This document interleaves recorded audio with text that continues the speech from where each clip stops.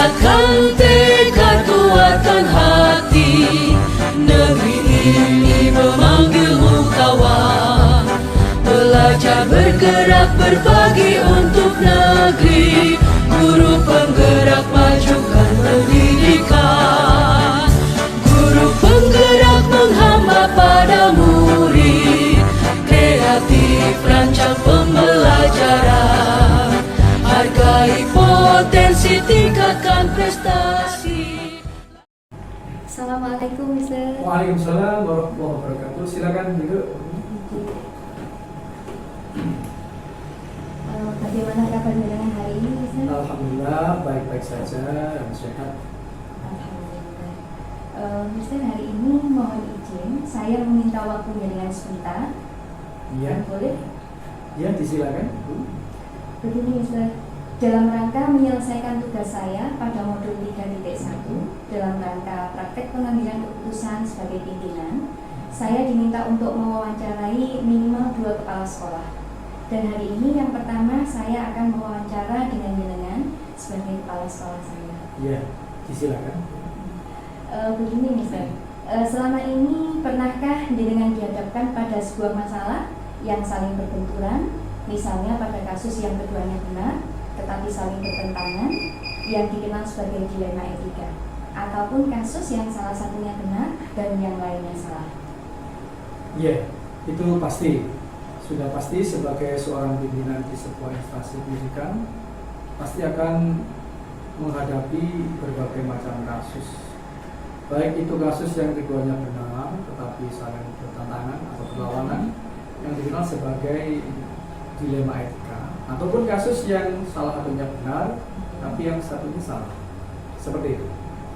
Berarti sudah sering dan terbiasa menghadapi kasus-kasus seperti itu. Baiklah, Mister. Kalau gitu pada hari ini saya ingin menggali ilmu lebih dalam dari panjenengan dengan beberapa pertanyaan yang nantinya akan saya berikan kepada panjenengan. Kita mulai dari pertanyaan yang pertama, Mister. Ya, silakan Bu. Untuk pertanyaan yang pertama, selama ini bagaimana jenengan dapat mengidentifikasi kasus-kasus yang merupakan dilema etika atau rujukan moral? Iya, untuk mengetahui hal tersebut, keduanya harus dapat diidentifikasi dengan cara yang benar agar tidak terjadi kesalahan dalam pengambilan keputusan nanti. Cara yang saya pakai adalah mengidentifikasi yang mana dari kedua kasus tersebut adalah dengan memahami masing-masing kasus.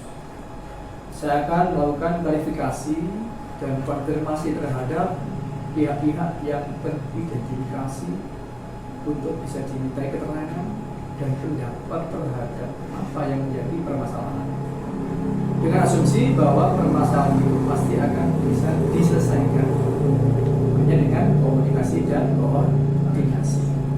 Kemudian baru diambil sebuah keputusan. Dengan mempertimbangkan apa? Pertimbangannya adalah meminimalisir potensi negatif dari keputusan serta memaksimalkan potensi positif dari keputusan tersebut. Untuk itu diperlukanlah daftar pertanyaan identifikasi sebuah kasus. Syarat sebuah kasus merupakan dilema etika jika kedua masalah yang berbenturan tidak melanggar hukum dan serta norma-norma yang berlaku atau menimbulkan ketidaknyamanan sosial. Jika kasus yang diidentifikasi lolos dari salah satu tersebut, maka dipastikan itu adalah kasus dilema etika. Dan sebaliknya, jika syarat tersebut tidak terpenuhi, maka itu disebut sebagai kasus rujukan moral. Seperti itu. Berarti intinya adalah identifikasi, klarifikasi, dan komunikasi. Betul. Baiklah, Mister, untuk pertanyaan yang kedua, selama ini bagaimana jenengan menjalankan pengambilan keputusan yang ada di sekolah jenengan, terutama untuk kasus-kasus di mana ada dua kepentingan yang sama-sama benar dan sama-sama mengandung nilai kebajikan? Ya, ini untuk kasus dilema etika ini saya mempertimbangkan kedua hal yang sama-sama benar, membenturkan faktor apa tidak, atau pihak yang mana, apakah kepentingan perorangan atau banyak orang, mengandung nilai kebenaran atau kesetiaan, rasa adil atau belas kasihan, atau berdampak untuk saat ini atau seterusnya, pengambilan keputusan terkait dengan hal tersebut saya lakukan dengan pendekatan komunikasi dan koordinasi. Karena bagaimanapun pemimpin itu hanya menentukan dan mengambil keputusan.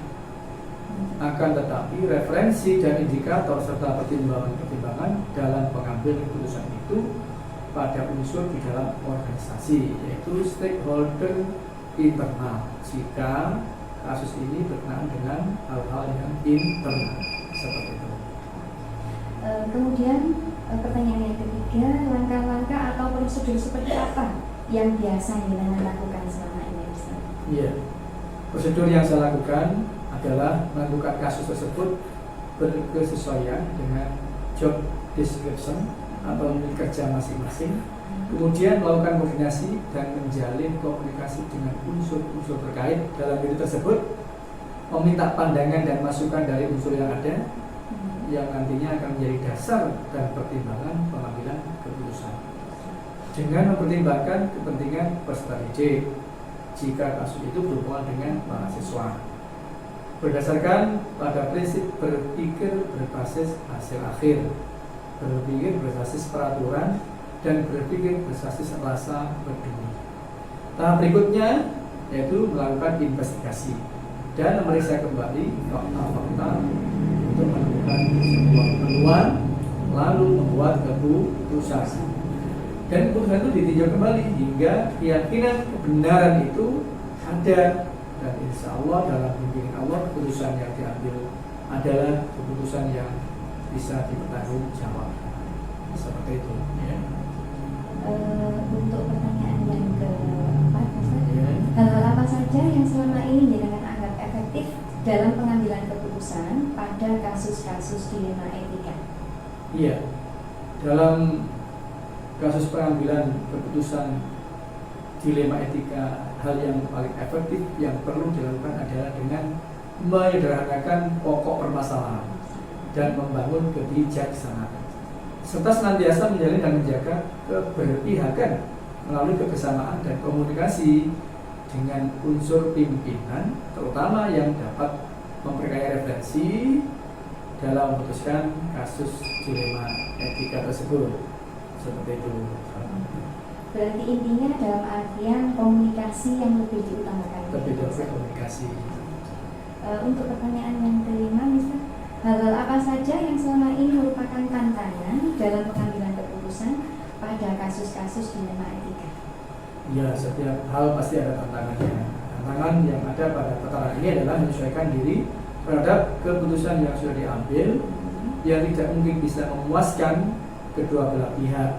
Hasil keputusan yang diambil mungkin akan ada pihak-pihak yang tidak dapat menerima sepenuhnya, akan tetapi paling tidak bisa meminimalisir rasa kecewa dari pihak tersebut karena proses pengambilan keputusan dilakukan dengan melibatkan unsur-unsur yang relevan atau stakeholder yang ada di sekolah ini.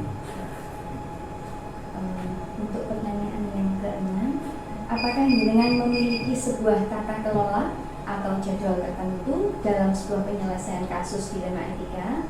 Apakah jenengan langsung menyelesaikan pada saat itu juga di tempat atau memiliki sebuah jadwal khusus untuk menyelesaikannya? Kemudian bentuk atau prosedur seperti apa yang jenengan jalankan? Ya, dalam penyelesaian sebuah kasus tidak ada jadwal khusus atau tertentu, tetapi prioritas kasus itu yang menjadi perhatian kita. Prioritas kasus mana yang perlu diselesaikan secepatnya tergantung dari jenis kasus dan pentingnya kasus tersebut diselesaikan secara cepat agar tercipta lingkungan sekolah yang sehat, kondusif, dan buat warga sekolah semua nyaman dan aman. Seperti itu. Berarti yang didahulukan tergantung dari urgensinya. Urgensi kasus tersebut. Untuk pertanyaan yang ketujuh, Mister, adakah seseorang atau faktor-faktor apa yang selama ini mempermudah atau membantu jenengan dalam pengambilan keputusan dalam kasus-kasus dilema etika? Ya, saya kira itu adalah komunikasi yang baik dengan semua warga sekolah, mengelola emosi yang baik dan pemahaman teori dari pengambilan keputusan keputusan sebagai seorang pemimpin menjadi faktor penentu yang mempermudah dan membantu dalam pengambilan sebuah keputusan. Kemudian untuk pertanyaan yang terakhir, Mister, untuk yang terakhir, Yes. dari semua hal yang telah jenengan sampaikan tadi, banyak ilmu yang sudah saya dapatkan. Kemudian pembelajaran apa yang dapat jenengan petik dari pengalaman jenengan dalam mengambil keputusan dalam dilema etika, Mister? Ya, pelajaran yang bisa saya petik dalam dialog tadi ini adalah dalam mengambil sebuah keputusan, maka identifikasi jenis kasus itu sangat perlu, harus dilakukan lebih awal dengan melakukan pengujian-pengujian. Kemudian pengujian itu benar lawan benar atau dapat menentukan paradigma apa yang akan kita pilih sehingga keputusan bisa diambil sesuai dengan prinsip-prinsip yang tidak merugikan siswa. Intinya yang pertama adalah memahami konteks permasalahan, dan yang kedua, koordinasi dan komunikasi sangat penting adanya karena selain untuk menjaga harmonisasi lingkungan kerja juga bisa untuk memperbanyak referensi kita semua. Seperti itu.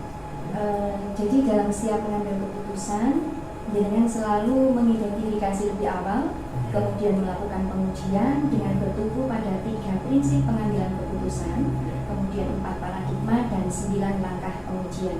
Berarti itu yang harus selalu menjadi pertimbangan. Ya, betul sekali. Saya rasa cukup, Mister, untuk hari ini wawancara saya dengan jenengan. Terima kasih atas ilmunya dan juga waktu yang sudah jenengan berikan kepada saya. Semoga ilmu yang jenengan berikan hari ini kepada saya bermanfaat untuk saya ke depannya. Amin ya Allah. Sekali lagi terima kasih, Mister. Sama-sama. Assalamualaikum warahmatullahi wabarakatuh. Waalaikumsalam warahmatullahi wabarakatuh. Rancang pembelajaran, hargai potensi, tingkatkan prestasi. Assalamualaikum warahmatullahi wabarakatuh, Ibu Sulis. Waalaikumsalam warahmatullahi wabarakatuh. Apa ini, Bu Masura? Ini mau ada kepentingan sebentar, Ibu. Ya. Sama jenengan. Bagaimana kabar jenengan hari ini, Bu? Alhamdulillah baik. Ibu juga bagaimana? Alhamdulillah. Alhamdulillah. Ibu, untuk hari ini mohon izin saya meminta waktu jenengan sebentar untuk wawancara dalam rangka menyelesaikan tugas saya pada modul 3.1 dalam rangka praktek pengambilan keputusan sebagai pimpinan. Iya, silakan Bu. Begini Ibu Sulis, selama ini pernahkah jenengan dihadapkan pada sebuah masalah yang saling berbenturan, misalnya pada kasus yang keduanya benar tetapi saling bertentangan, yang dikenal sebagai dilema etika, ataupun kasus yang salah satunya benar dan yang lainnya salah, Ibu? Ya, baik Bu ya. Nah, Bu, sebagai seorang pemimpin di sebuah instansi pendidikan, pasti akan beragam kasus yang akan dihadapi.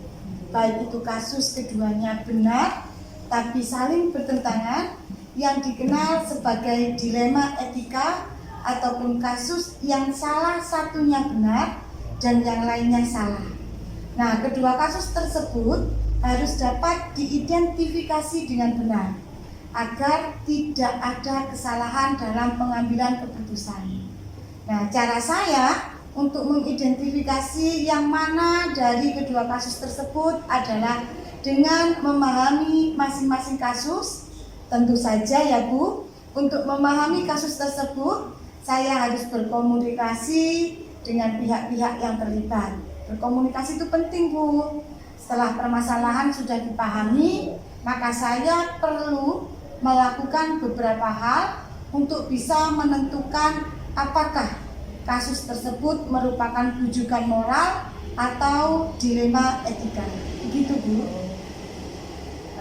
Berarti untuk selama ini bagaimanakah jenengan menjalankan pengambilan keputusan di sekolah jenengan, terutama untuk kasus-kasus di mana ada dua kepentingan yang sama-sama benar atau sama-sama mengandung nilai kebajikan? Nah, untuk kasus dilema etika, saya akan mempertimbangkan kedua hal yang sama-sama benar tersebut, membenturkan faktor apa dulu atau pihak mana dulu, apakah kepentingan perorangan atau banyak orang, mengandung nilai-nilai kebenaran atau kesetiaan. Nah, rasa adil atau belas kasihan ataukah berdampak untuk saat ini atau seterusnya. Begitu. Berarti harus diklasifikasikan dulu. Betul, Ibu. Kemudian langkah-langkah atau prosedur seperti apa yang biasa jenengan lakukan selama ini, Bu? Nah, langkah-langkah saya yaitu saya akan melihat suara hati dan nalar. Hak saya ini harus sejalan untuk memilih kebenaran yang paling kecil mudaratnya dan paling besar manfaatnya. Nah, dengan mempertimbangkan kepentingan peserta didik. Nah, jika kasus itu berhubungan dengan peserta didik, itu harus selalu, Bu, mempertimbangkan peserta didik. Nah, berdasarkan pada prinsip berpikir berbasis hasil akhir, berpikir berbasis peraturan, dan berpikir berbasis rasa peduli. Tahap berikutnya yaitu saya akan melakukan investigasi dengan memeriksa kembali fakta-fakta dan temuan, peluang, lalu buatlah keputusan. Nah, setelah kita buat keputusan ini akan ditinjau kembali hingga keyakinan kebenaran itu ada. Nah, setelah itu insya Allah kita harus yakin bahwa Allah akan membimbing kita dalam membuat keputusan yang kita putuskan dengan rasa tanggung jawab. Begitu, Bu. Untuk berikutnya, hal-hal apa saja yang selama ini jenengan anggap efektif dalam pengambilan keputusan pada kasus-kasus dilema etika ini? Nah, dalam kasus pengambilan keputusan dengan dilema etika, hal efektif yang perlu dilakukan adalah dengan menyederhanakan pokok permasalahan, Bu, dan membangun kebijaksanaan. Begitu, Bu. Kemudian hal-hal apa saja yang selama ini merupakan tantangan dalam pengambilan keputusan pada kasus-kasus dilema etika ini? Nah, hasil keputusan yang diambil mungkin akan ada pihak-pihak yang tidak dapat menerima sepenuhnya proses untuk dapat memahamkan sebagian orang untuk secara ikhlas menerima dan menjalankan keputusan menjadi sebuah tantangan bagi saya, serta untuk tetap istiqomah dalam menjalankan keputusan yang sudah disepakati. Begitu. Kemudian apakah jenengan memiliki sebuah tata kelola atau jadwal tertentu dalam sebuah penyelesaian kasus dilema etika? Apakah jenengan langsung menyelesaikan di tempat atau memiliki sebuah jadwal khusus untuk menyelesaikannya? Bentuk atau prosedur seperti apa yang jenengan jalankan itu? Untuk jadwal tidak ada, Bu, ya.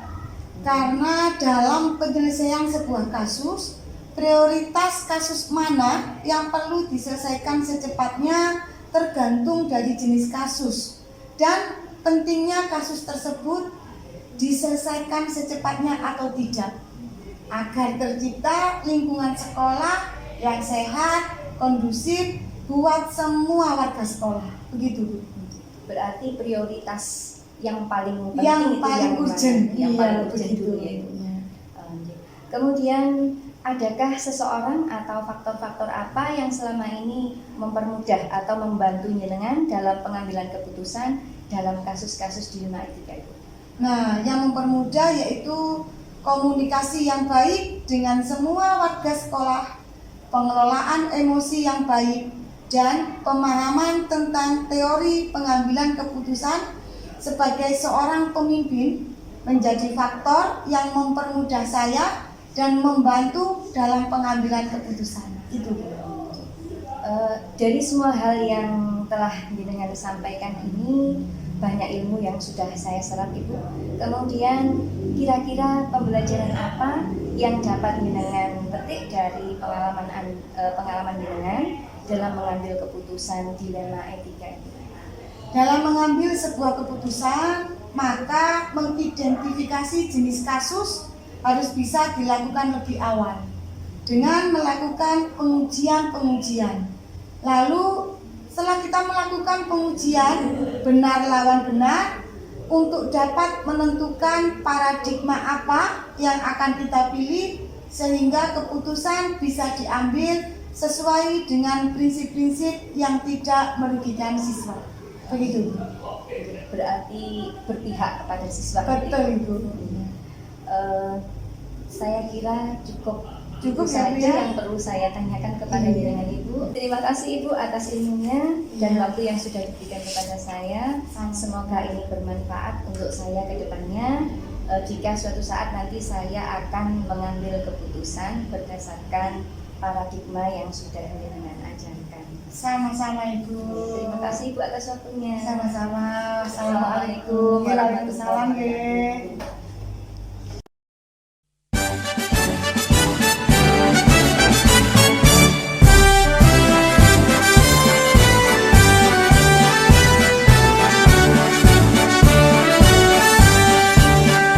Bulatkan tekad, kuatkan hati.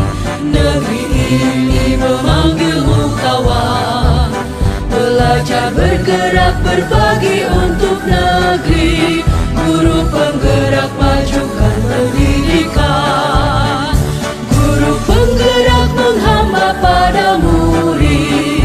Kreatif rancang pembelajaran. Hargai potensi, tingkatkan prestasi. Lahirkan profil pelajar Pancasila.